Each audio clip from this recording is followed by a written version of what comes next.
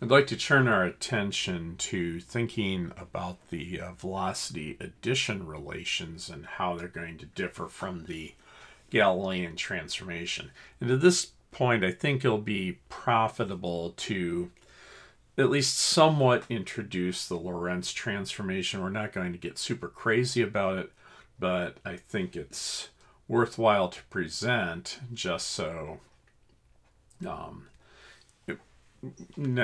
don't have everything just coming out from a vacuum here.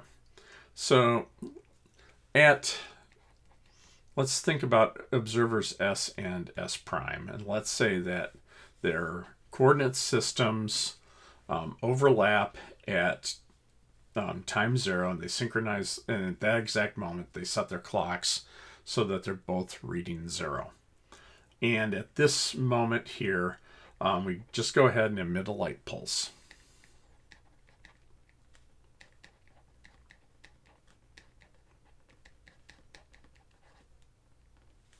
Okay, now sometime later, what's going to happen here? Well, S remembers the observer that the narrator says is stationary. Of course, they are both perfectly correct in saying that that they're stationary and the other one's moving. But the narrator, in this case us, is going to say that S is stationary. So at time t on S's clock, we're going to see that our light pulse got out to, let's say here. Well, our observer S prime, remember, is moving with respect to S. I'll go ahead and draw S prime in pink here. And we're going to have to be a little careful here and say that the time on S prime's clock now is T prime, because remember, the two observers are saying that their clocks are ticking over at different rates. As before, we'll say that the S prime's velocity with respect to S is V. So with that, we can say that if we look at how far the light pulse has gone to the right, S is going to say that our light pulse is at X. And here, let me move this, I guess there. And S prime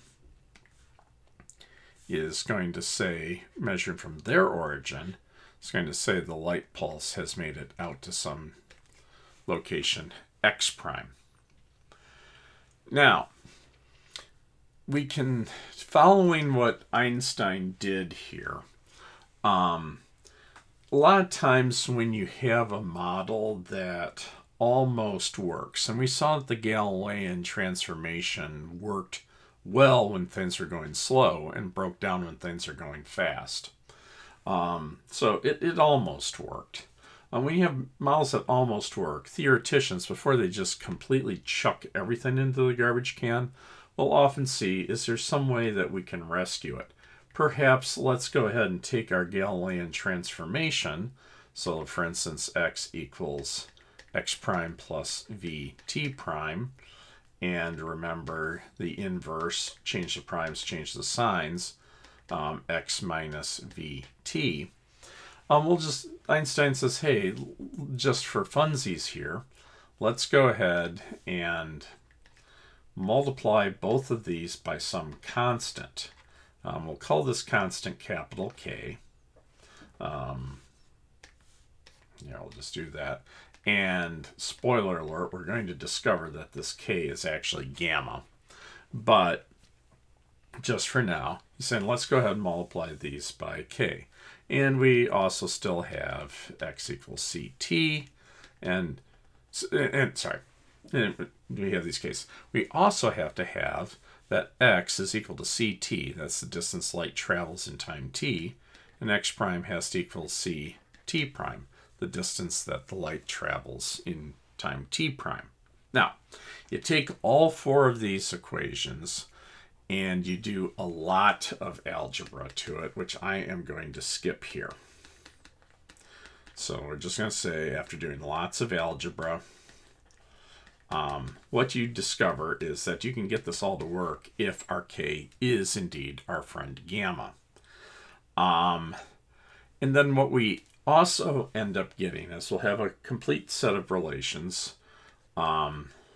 So we have x is now gamma, x prime is now gamma x minus vt, and x, change the primes, change the signs, is gamma x prime plus vt.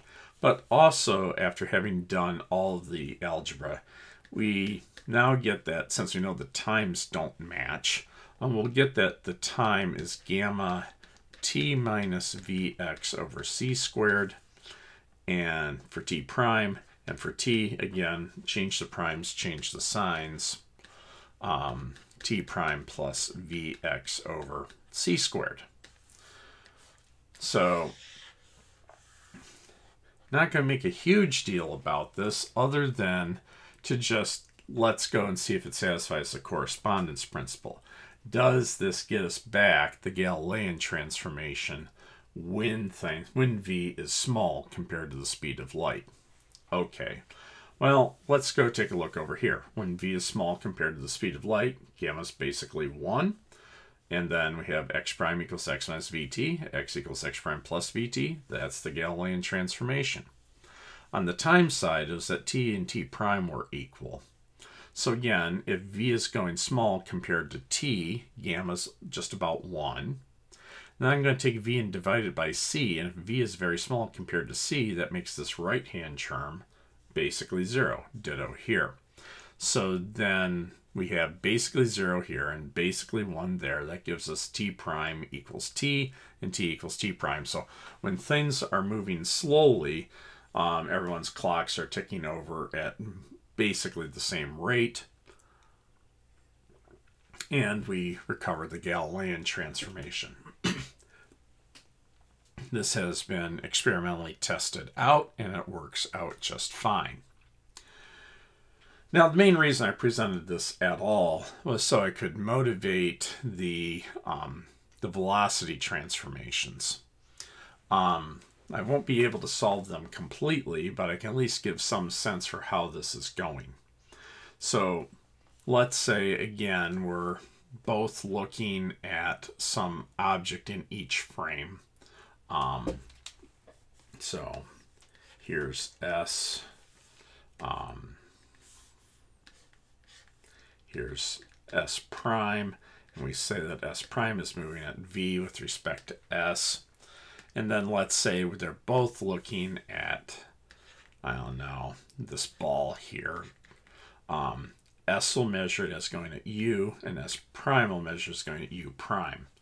Now in the Galilean transformation, we would just add or subtract V.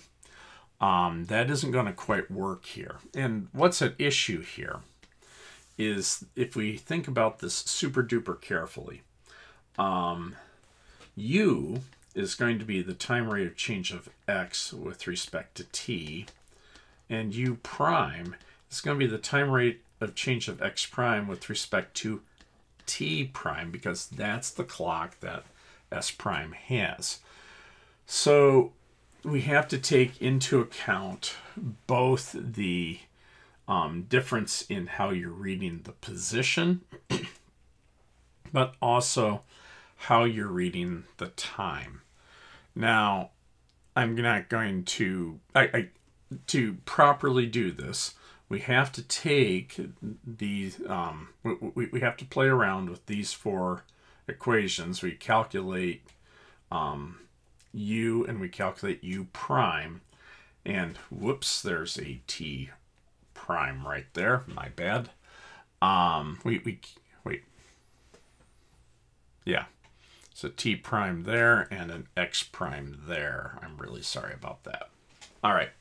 So anyway, the point here is that, say, if I want to calculate the time rate change of X with respect to T, this has a T prime buried in it and also has an X prime buried in it.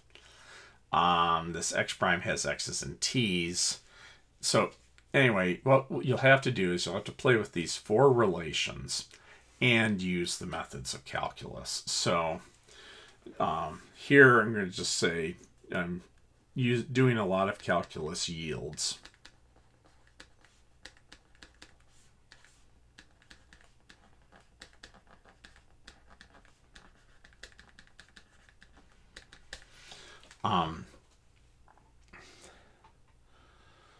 that u prime, so the velocity of our ball as measured by s prime, would be equal to u minus v. That much looks like the Galilean transformation. And then the fudge factor turns out to be 1 minus uv over c squared. And remember, u and v are both signed quantities because they're vectors, and we have to keep track of their sign both in the numerator and the denominator. And the inverse transformation, as before, change the primes, change the signs. U will be u prime plus v over 1 plus u prime v over c squared. So let's go and just take a look real quick. Does this do we get the Galilean transformation back when things are going slow?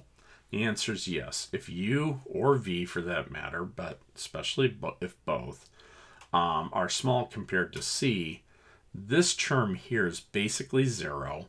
And then you have 1 minus 0 in the denominator, and you get u minus v. That was the Galilean transformation for the velocities.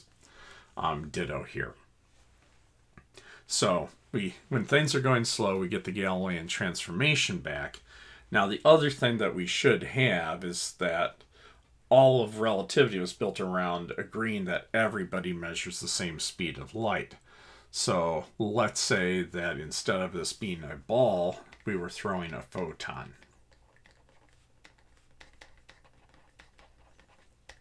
So in that case, what I'm getting at here is to say, let's say that S turns on a laser pointer or something like that. The light coming out of the laser pointer, S is going to measure as being the speed of light. Let's see what S prime measures. S prime would say it's u minus v over 1 minus uv over c squared. But here, u is going to be c, since what they're measuring is a photon coming out of S's laser pointer, minus v over 1 minus cv over c squared. All right, so we can cancel one of these c's right here. And then if I multiply numerator and denominator by c, what I get is c times c minus, c times c minus v over c minus v. So I can cancel that out, and I get that, yes, indeed, both observers, if they say something is going, if one says something's going at the speed of light, any other observer will also agree that that thing is going at the speed of light. So we are respecting what relativity is built around. Okay, let's make this concrete somewhat here. And we'll imagine a problem here where, let's say you have a problem that goes like this. So Zoe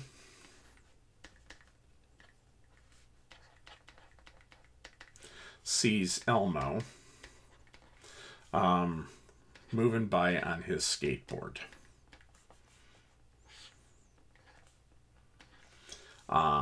At 3/4 of the speed of light.